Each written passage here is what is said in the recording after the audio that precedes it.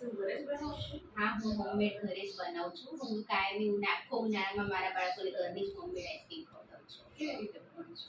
સૌપ્રથમ દૂધ લેવાનું છે. તમારે આપણે 500 ml દૂધ લઈએ એમાંથી 1.5 કિલો આઈસ્ક્રીમ બને છે. તો આપણે 500 ml દૂધ લેવાનું છે. એમાં એક ઉફાણો આવવા દેવાનું. ઉફાણો આવી જાય એટલે પછી તેમાં 4 ચમચી ખાંડ નાખવાની છે. પછી એમાં આ છે GMS પાવડર જે છે તે આપણે 1.5 ચમચી નાખવાનું છે 500 ml દૂધમાં. અને આ CMC જે છે આપણે હિંગ જેટલું જ નાખવાનું છે, વધારે ના જોઈએ આમાં. આ બધું નાખી અને 15 મિનિટ સુધી દૂધ ઉકાળવાનું. દૂધ ઉકળી જાય ત્યારબાદ એને બંધ કરી અને હલા કરવાનું છે, જેથી તો મલાઈનું તળ ના જામી જાય. મલાઈનો તળ જામી જશે તો ઘી બની જશે, એટલે મલાઈનું તળ ના જામવું જોઈએ. હલા કરવાનું, ઠંડુ થઈ જાય એટલે ફ્રીઝરમાં મૂકી દેવાનું ઓવરનાઇટ. બીજે દિવસે પછી એને સવારે પીસી નાખવાની છે. પીસીશું એટલે 500 ml માંથી 1 કિલો આઈસ્ક્રીમ બનશે. આ રીતે બને છે. તો આ રીતે બને આપણે છે. એને પીસીશું એટલે આ રીતનો એક બેઝ તૈયાર થશે. જો આ ફૂલતી હોય એ રીતે આવી રીતે ફૂલતી જશે. જેમ તમે પીસો ને તેમ આ ફૂલતું જશે. આ ફૂલી જાય એટલે પીસાઈ જાય ત્યારબાદ તેમાં 4 ચમચી પીસેલી ખાંડ નાખી દેવાની છે. આ પીસેલી ખાંડ પડી જાય એટલે તમારે જે પણ ફ્લેવર કરવા હોય, હું અત્યારે વેનીલા ફ્લેવર બનાવું છું. આપણે 2 ડ્રોપ્સ નાખવાના છે વેનીલા ફ્લેવરના.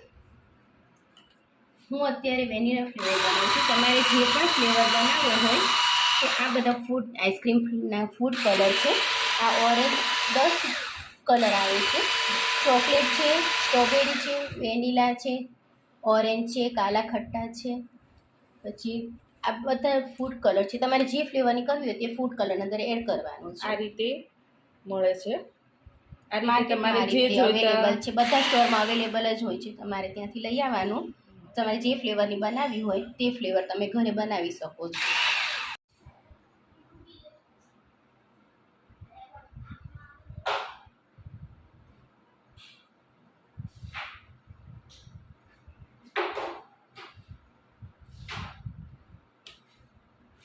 Marble ice cream.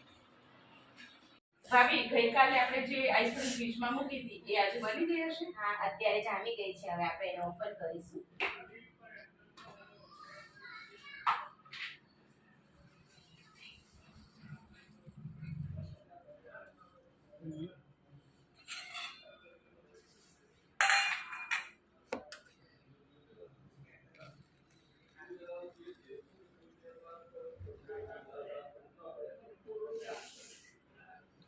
જો ભાભીએ 2 લેયર્સ આઈસ્ક્રીમ બનાવી છે. જો સરસ કેવો 2 કલર દેખાય છે અંદર. પછી આઈસ્ક્રીમને ડેકોરેટ કરશે ભાભી.